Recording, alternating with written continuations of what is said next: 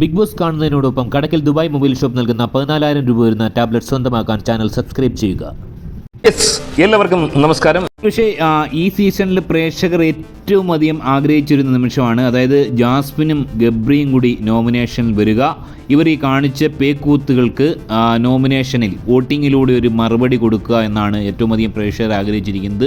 ഇവിടെ ജാസ്മിനെ സംബന്ധിച്ച് ജാസ്മിന് ഇത്തരം ഒരു മിസ്റ്റേക്ക് ചെയ്തെന്ന് ഒഴിച്ചു കഴിഞ്ഞാൽ ജാസ്മിന് വലിയ ഫാൻ ബേസ് ഉള്ള ഒരാളാണ്. വലിയ രീതിയിൽ കളിച്ചില്ലെങ്കിൽ പോലും അത്യാവശ്യം ദിവസങ്ങളിൽ പിടിച്ചു നിൽക്കാനുള്ളൊരു ശേഷിയുള്ള ഒരു മത്സരാർത്ഥിയാണ് ജാസ്മിൻ. എന്നാൽ ഗബ്രിയലാണ് ഇവിടെ പെട്ടിരിക്കുന്നത്. ഗബ്രിയലിൻ്റെ അവസ്ഥ വളരെ പരിതാപകരമാണ്.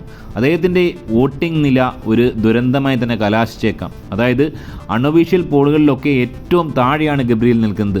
4% അല്ലെങ്കിൽ 2%, 1%ഒക്കെയാണ് ഗബ്രിയലിൻ്റെ വോട്ടിംഗ് നില.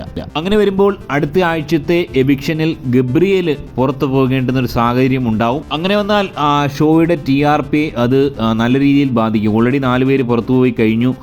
ഇനി വൈൽഡ് കാർഡ് വരാനിരിക്കുന്നത് നമ്മുടെ പൂജാകൃഷ്ണ ആണെന്നാണ് ഞാൻ മനസ്സിലാക്കുന്നത്. ഒരുപക്ഷെ പൂജാകൃഷ്ണ വരുമ്പോൾ റോക്കി എവിടെ ഉണ്ടായിരുന്നെങ്കിൽ നല്ല രീതിയിൽ റോസ്റ്റിംഗ് കാണാമായിരുന്നു. ഇനി അതിനുള്ള സാധ്യതയുമില്ല. ഒരുപക്ഷെ പൂജാകൃഷ്ണയാണ് വരുന്നതെങ്കിൽ ഗബ്രിയലിനെ സംബന്ധിച്ച് വലിയൊരു സാധ്യത കൂടിയാണ് അവിടെ വരുന്നത്. അദ്ദേഹത്തിൻ്റെ പുതിയൊരു ലവ് അട്രാക്ഷൻ, ഒരു അറ്റംപ്റ്റിനുള്ളൊരു സാധ്യത അവിടെ കാണുന്നുണ്ട്. അതുമാത്രമല്ല, ഗബ്രിയലിനെ ഈ ഒരു അവസ്ഥയിൽ പുറത്താക്കാൻ ഒരിക്കലും ബിഗ് ബോസ് തയ്യാറാവില്ല. അതുകൊണ്ട് അടുത്ത ആഴ്ച എവിക്ഷൻ ഉണ്ടാകില്ല. ഒന്നുകിൽ ഈസ്റ്റർ പ്രമാണിച്ച് എവിക്ഷൻ ഒഴിവാക്കുന്നു, അല്ലെങ്കിൽ ആളുകൾ കുറവായതുകൊണ്ട് 4 പേര് പോയതുകൊണ്ട് എവിക്ഷൻ ഒഴിവാക്കുന്നു.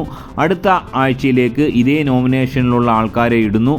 അങ്ങനെ ഒരുപക്ഷെ ഗബ്രിയലിനെ സേവ് ചെയ്യാൻ സാധിച്ചേക്കും. ഇതിനു മുമ്പ് റിയാസ് സലീമിൻ്റെ കാര്യത്തിൽ ആദ്യ ആഴ്ചകളിൽ ഇങ്ങനെ ചെയ്തിരുന്നു. കാരണം ഷോയ്ക്കൊരു മുതൽക്കൂട്ട് തന്നെയാണ് ഈ 2 പേർ. ഈ 2 മുതലുകളാണ് ഈ ഒരു സീസൺ ഇത്രയും അധികം TRP കൂട്ടിയിരിക്കുന്നത്. അതായത് മുൻപെങ്ങുമില്ലാത്ത രീതിയിലാണ് ചാനലിൻ്റെ റേറ്റിംഗ് എന്നാണ് ലാലേട്ടൻ തന്നെ ഇന്നലെ പറഞ്ഞത്. ഞാൻ നേരത്തെ അത് പറഞ്ഞിരുന്നു. അതായത് 12 പോയിൻറ്റ് സംതിങ്. ഇതിനു മുമ്പ് 70 ദിവസവും 80 ദിവസമൊക്കെ ഓരോരുത്തരെ പുറത്താക്കുമ്പോൾ വരുന്ന റേറ്റിംഗ് രണ്ടാമത്തെ ആഴ്ചയിൽ ബിഗ് ബോസിന് ലഭിച്ചിരിക്കുന്നു. ചരിത്ര സംഭവമാണ്. ഒരു കാര്യത്തിൽ തീർച്ചയായും സന്തോഷിക്കാം. അല്പം ചീത്തപ്പേരൊക്കെ ജാസ്മിൻ കേൾപ്പിച്ചെങ്കിലും ഷോയെ ഇത്രയും അധികം ബൂസ്റ്റ് ചെയ്യാൻ ജാസ്മിനെ കൊണ്ട് സാധിച്ചു. അതുമാത്രമല്ല, ബിഗ് ബോസ് 5 റേറ്റിംഗ് കുറഞ്ഞു പോകുന്ന വിലപിക്കുന്ന ചില മനോരോഗികളുണ്ട്. ആ മനോരോഗികളുടെയൊക്കെ ചെകിട്ടത്തുള്ള അടിയായിട്ടാണ് ഏഷ്യാനെറ്റ് ഒരുപക്ഷെ ഇതിനെ കാണുന്നതെന്നാണ് ഞാൻ മനസ്സിലാക്കുന്നത്. എനിവേ, ഈ ഒരു നോമിനേഷൻ വളരെ സങ്കീർണമായൊരു നോമിനേഷനാണ്.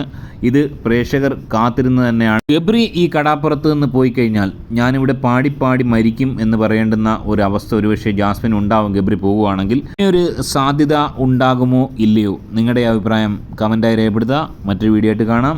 ചാനൽ സബ്സ്ക്രൈബ് ചെയ്യുക. ബൈ.